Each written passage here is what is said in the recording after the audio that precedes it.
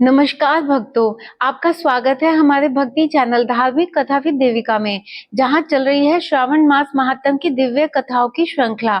मैं हूं देविका और यहां हर दिन हम आपके साथ साझा करते हैं धार्मिक कथाएं, व्रत, पूजा विधि और आध्यात्मिक ज्ञान। और हर कथा में छुपा है अध्यात्म का सार, भक्ति का संदेश और जीवन को प्रकाशित करने वाला प्रभु का ज्ञान। आज इस दिव्य कथा के माध्यम से हम जुड़ते हैं उस अनंत शक्ति से जो हमारे जीवन को शक्ति, प्रेम और विश्वास से भर देती है। तो चलिए आरंभ करते हैं आज की कथा। प्रभु के चरणों में समर्पित एक भक्तिमय यात्रा। आज हम सुनेंगे श्रावण मास का महात्म कथा अध्याय 2। ये है श्रावण मास में विहित कार्य के ऊपर। तो चलिए शुरू करते हैं दूसरा अध्याय। ईश्वर बोले, हे महाभाग, आपने उचित बात कही है। हे ब्रह्मपुत्र, आप विनम्र, गुणी, श्रद्धालु और भक्ति संपन्न श्रोता हैं।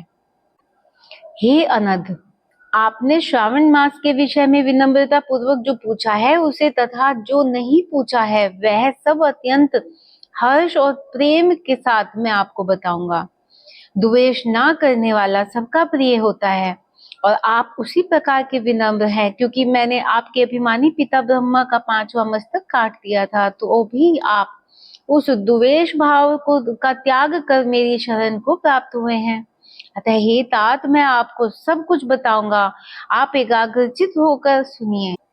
हे योगिन, मनुष्य को चाहिए कि श्रावण मास में नियम पूर्वक नक्त व्रत करे और पूरे महीने भर प्रतिदिन रुद्राभिषेक करे। अपनी प्रत्येक प्रिय वस्तु का इस मास में त्याग कर देना चाहिए। पुष्पों, फलों, दांतों, तुलसी की मंजरी तथा तुलसी दलों और बेलपत्रों से शिव जी की पूजा करनी चाहिए। 1 करोड़ शिवलिंग बनाना चाहिए और ब्राह्मणों को भोजन कराना चाहिए। महीने भर धारण पारण व्रत तथा उपवास करना चाहिए। इस मास में मेरे लिए अत्यंत प्रीतिकर पंचामृत अभिषेक करना चाहिए। इस मास में जो जो शुभ कार्य किए जाते हैं वह अनंत फल देने वाला होता है। हे मुने, इस मास में भूमि पर सोएं, ब्रह्मचारी रहें और सत्य वचन बोलें। इस मास को बिना व्रत के कभी व्यतीत नहीं करना चाहिए। फलाहार ग्रहण करना चाहिए, पत्ते पर भोजन करना चाहिए। व्रत करने वालों को चाहिए कि इस मास में शाक का पूर्ण रूप से परित्याग कर दें। हे मुनि श्रेष्ठ, इस मास में भक्ति युक्त होकर मनुष्य को किसी न किसी व्रत को अवश्य करना चाहिए। सदाचार परायण, भूमि पर शयन करने वाला, प्रातः स्नान करने वाला और जितेंद्रिय होकर मनुष्य को एकाग्र किए गए मन के प्रतिदिन पूजा करनी चाहिए। इस मास में किया गया पुष्पचरण निश्चित रूप से मंत्रों की सिद्धि करने वाला होता है। इस मास में शिव के षडाक्षर मंत्र का जाप अथवा गायत्री मंत्र का जप करना चाहिए और शिव जी की प्रदक्षिणा, नमस्कार और वेद पारायण करना चाहिए। पुरुष सूक्त का पाठ अधिक फल देने वाला होता है। इस मास में किया गया यज्ञ, ग्रह यज्ञ, कोटि होम, लक्ष्य होम और अयुत होम शीघ्र ही फलीभूत होता है और अभीष्ट फल प्रदान करता है। जो मनुष्य इस मास में एक भी दिन व्रतहीन व्यतीत करता है वह महाप्रलय पर्यंत घोर नरक में वास करता है। यह मास मुझे जितना प्रिय है उतना कोई अन्य मास प्रिय नहीं है। यह मास सकाम व्यक्ति को अभिष्ट फल देने वाला तथा निष्काम व्यक्ति को मोक्ष प्रदान करने वाला है। हे सत्तम, इस मास के जो व्रत तथा धर्म है उन्हें मुझसे सुनिए। रविवार को सूर्य व्रत तथा सोमवार को मेरी पूजा व नक्त भोजन करना चाहिए। श्रावण मास से पहले सोमवार से आरंभ करके 3.5 महीने का रोटक नामक व्रत किया जाता है। यह व्रत सभी वांछित फल प्रदान करने वाला है। मंगलवार को मंगल गौरी का व्रत, बुधवार को बृहस्पति के दिन इन दोनों वारों का व्रत और शुक्रवार को जवंतिका व्रत और शनिवार को हनुमान तथा नरसिंह का व्रत करना बताया गया है। हे मुने, अब तिथियों में किए गए व्रतों का श्रवण करें। श्रावण के शुक्ल पक्ष की द्वितीय तिथि को औदुंबर नामक व्रत होता है। श्रावण के शुक्ल पक्ष की द्वितीय तिथि को गौरी व्रत होता है। इसी प्रकार शुक्ल की चतुर्थी तिथि को दुर्वागणपति नामक व्रत किया जाता है। हे मुने, उसी चतुर्थी का दूसरा नाम विनायकी चतुर्थी भी है। शुक्ल पक्ष में पंचमी तिथि नागों के पूजन के लिए प्रशस्त होती है। हे मुनि श्रेष्ठ, षष्ठी तिथि को सुपोदन व्रत तथा सप्तमी तिथि को शीतल व्रत होता है। अष्टमी तथा चतुर्दशी तिथि को देवी का पवित्रारोपण व्रत होता है। इस माह के शुक्ल तथा कृष्ण पक्ष की दोनों नवमी तिथियों को नक्त व्रत करना बताया जाता है। शुक्ल पक्ष की दशमी तिथि को आशा नामक व्रत होता है।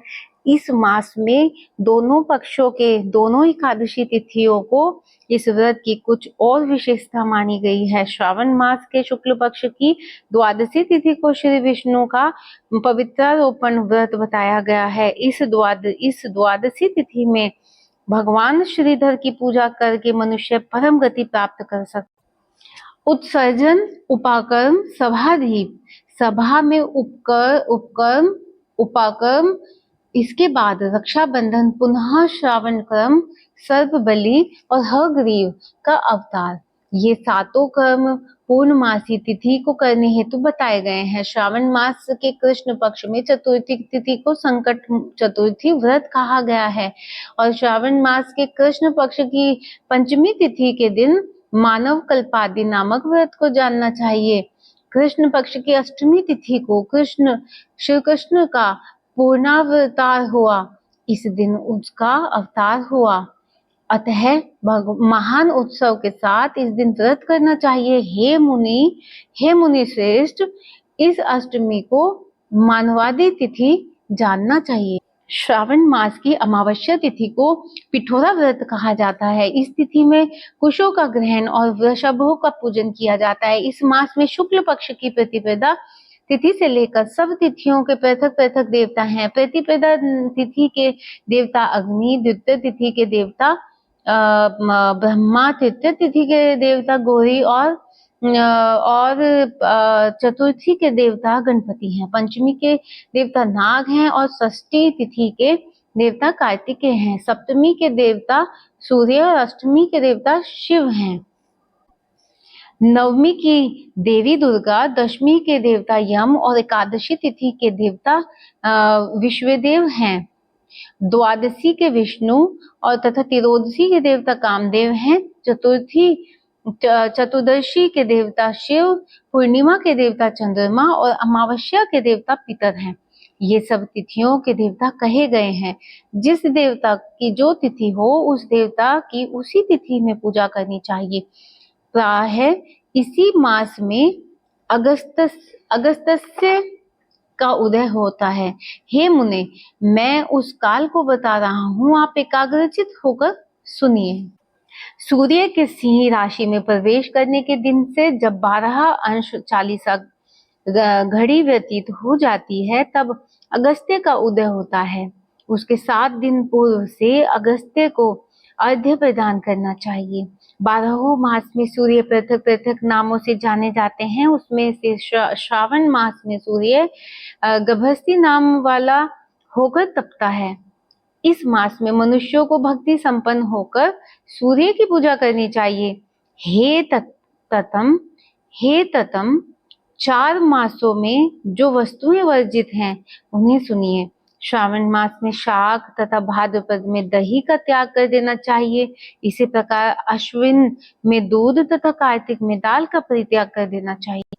यदि इन मासों में इन वस्तुओं का त्याग नहीं कर सके तो केवल श्रावण मास में ही उक्त वस्तुओं का त्याग कर देने से मानव उसी फल को प्राप्त कर लेता है।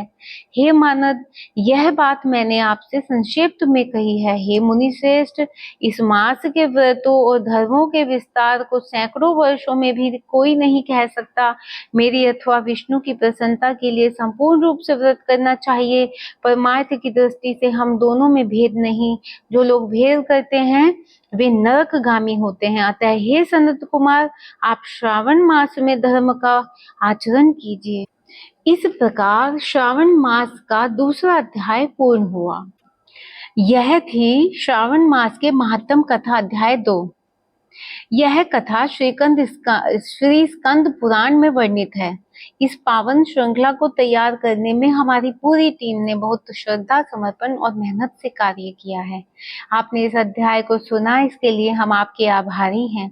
अगर आपको हमारे द्वारा प्रस्तुत की गई कथाएं जरा भी पसंद आई हो तो कृपया इसे एक आशीर्वाद रूप मानकर लाइक करें, सब्सक्राइब करें और शेयर करें अपने परिवार और प्रियजनों से, ताकि ये कथा हर घर तक पहुंचे और सभी भक्तजन हमारे आगामी अध्यायों से लाभ उठा सकें।